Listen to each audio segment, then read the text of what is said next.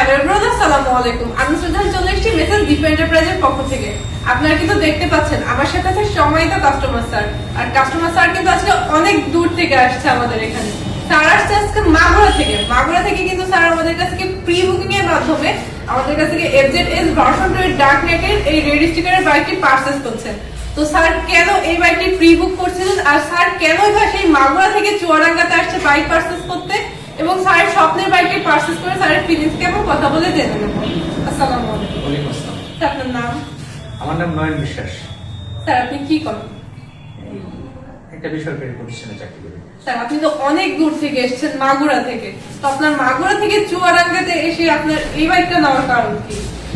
আসলে আমি দীর্ঘ 15 দিন যাবত এই মডেলটা আমি সার্চ করতেছিলাম।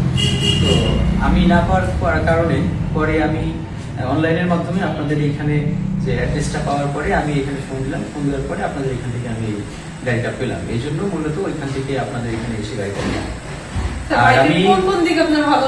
আর আমি ব্যক্তিগতভাবে ধন্যবাদ জানাই দীপু এন্টারপ্রাইজকে। আমি আমার শখের বাইকটা এখানে পেলাম আর কি। তো আমি সবাইকেই বলবো যে আপনারা বাইক কিনতে হলে দীপু এন্টারপ্রাইজে অবশ্যই খোঁজ নিয়ে দেখবেন।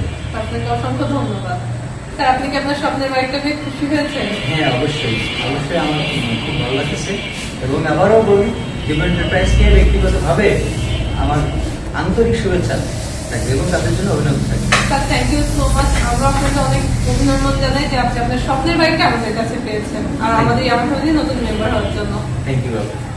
স্যারকে অসংখ্য ধন্যবাদ। স্যার যে স্যারের স্বপ্নের বাইককে আমাদের কাছ থেকে নিয়েছেন এবং আমাদের ইয়ামা ফ্যামিলির নতুন মেম্বার হয়েছেন সেজন্য। তো গাইজ, আপনারা যারা চাচ্ছেন আপনাদের স্বপ্নের ইয়ামাহা বাইক পারচেজ করবেন, তারা কিন্তু দেরি না করে দ্রুত চলে আসেন আমাদের শোরুমে।